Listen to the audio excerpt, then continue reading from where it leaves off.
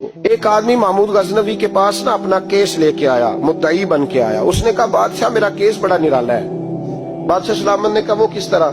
کہنے لگا یہ میرے پاس ایک تھیلی ہے، میں نہ سفر پہ جانے لگا تو یہ تھیلی پوری ہیروں کی بھری ہوئی تھی۔ فلاں علاقے کے جو قاضی صاحب ہے نا، میں جاتی دفعہ میں کہیں سفر پہ جا رہا تھا تو میں ان کے پاس چھوڑ گیا کہ رستہ لمبا ہے، کہیں کوئی مجھ سے چھین نہ لے، ہیروں کی بھری ہوئی۔ کچھ دنوں کے بعد میں واپس آیا ہوں، قاضی صاحب نے مجھے تھیلی واپس کی ہے تو اس میں ہیروں کی بجائے کھوٹے سکے نکلے۔ اب میں نے قاضی صاحب سے کہا ہے تو قاضی صاحب تو میرے گریبان تک آتے ہیں، وہ کہتے ہیں بتا کہیں سے پھٹی ہے، کھلی ہے؟ وہ جس طرح ٹانکے لگا کے تو نے سی تھی اسی طرح لگے ہوئے ہیں کہ نہیں؟ تو حضور لگے بھی بالکل اسی طرح ہے، نہ پھٹی ہے نہ کھلی ہے۔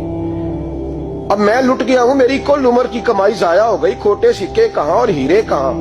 تو مہربانی کریں اور آپ کی بارگاہ میں اللہ رسول کے نام پر حلف دیتا ہوں کہ میں ہوں بالکل سچا۔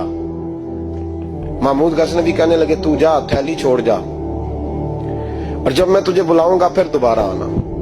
شخص چلا گیا۔ محمود غزنوی اٹھے، دربار برخاست کیا، لوگوں سے کہنے لگے چلے جاؤ، میں 3 دن کے لیے سیر کرنے جا رہا ہوں، 3 دن کے بعد لوٹوں گا۔ اکیلے جب رہ گئے نا محمود دربار میں تو محبوب نے چھری منگائی۔ وہ جس تخت پہ بیٹھتے تھے وہاں گدا بچھا ہوا تھا، یہ گدا پڑا ہے نا، وہ گدا بچھا ہوا تھا۔ محمود نے چھری کے ساتھ اس کو پھاڑ ڈالا اور چھری جیب میں رکھی نکل گئے۔ کہنے لگے میرے بعد کوئی میرے دربار والے احاطے میں داخل نہ ہو۔ محمود چلے گئے۔ اب وہ صفائی کرنے والا جب آیا نا، اس نے آ کے دیکھا تو گدا تو پھٹا ہوا ہے۔ اس نے شور ڈال دیا، پہرے دار بھی آ گئے، فلاں صاحب بھی آ گئے، فلاں صاحب۔ اس نے کہا وہ خدا کے بندو، اس کا گدا پھٹ گیا ہے، وہ تو مار ڈالے گا۔ اس نے کہا تھا سوائے صفائی اور نگرانی والے کے دوسرا آئے کوئی نہ، اور یہاں آیا بھی کوئی نہیں، پہلے دن ہی پھٹا ہوا ہے تو لٹکا دے گا سب کو، کیا کریں؟ شور ہو گیا، سارے دربار کے ملازمین اکٹھے ہو گئے۔ ایک بندہ بولا، کہنے لگا فکر نہ کرو، میں کیسے بندے کو جانتا ہوں، اس طرح سیے گا کہ جس نے پھاڑا ہوگا اسے بھی پتہ نہیں چلے گا کہاں سے پھٹا تھا، ایسا بہترین رفو کرے گا کہ پتہ بھی۔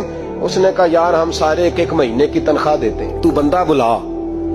وہ بلا لیا اس کو، اس کا نام محمد رفو گر تھا۔ وہ آیا، اس کو گدا دکھایا، اس کا یار اس طرح سینہ پتہ نہ چلے۔ اس نے کہا فکر ہی نہ کرو، میں بڑا کاریگر ہوں۔ بڑے بڑے کاریگر لوگ نہیں ہمارے ملک میں پائے جاتے، کوئی نشان چھوڑتے ہیں پیچھے بڑے۔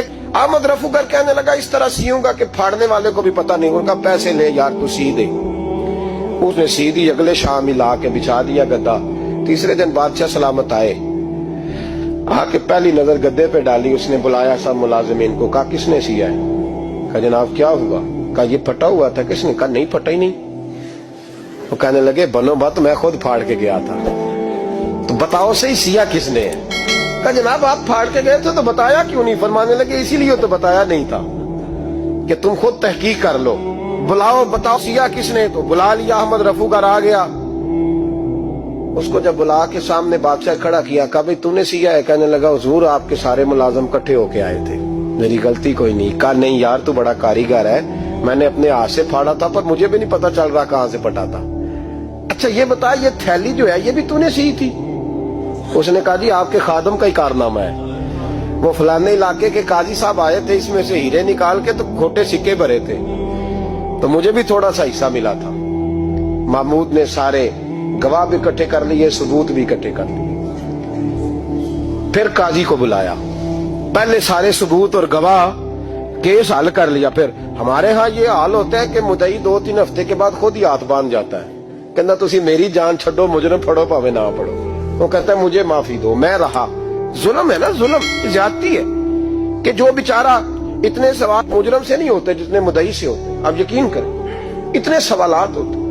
سارے ثبوت اکٹھے کر کے قاضی صاحب کو بلایا، تنہائی میں لے جا کے محمود غزنوی نے کہا قاضی صاحب آپ سے غلطی ہو گئی، غریب آدمی تھا، وہ لٹ گیا ہے، اس نے تو بڑی مشکل سے کچھ ہیرے جمع کیے تھے اور اس کی کل کائنات تھی، تو آپ اس کا مال اسے دے دیں، بات ختم۔ قاضی صاحب کہنے لگے آپ مجھ پہ الزام لگا رہے ہیں، سوال ہی نہیں پیدا ہوتا، آپ میری داڑھی دیکھیں، آپ میرا اعزاز دیکھیں، دنیا جانتی ہے میں اس طرح۔ قاضی صاحب انسان بھول ہی جاتا ہے، بندہ بھول جاتا ہے، غلطی ہوگی، مال نے کہا نہیں سبق۔ کہا میں تنہائی میں پوچھ رہا ہوں، میں اس وقت پوچھ رہا ہوں جب دوسرا موجود کوئی نہیں، آج توبہ کر لے، میں کچھ نہیں کہوں گا، تو میری زبان پہ اعتبار کر، تجھے پتہ ہے میں جو کہتا ہوں اس پہ عمل بھی کرتا ہوں، باز آ جا۔ پر قاضی نے کہا نہیں میری غلطی کوئی نہیں،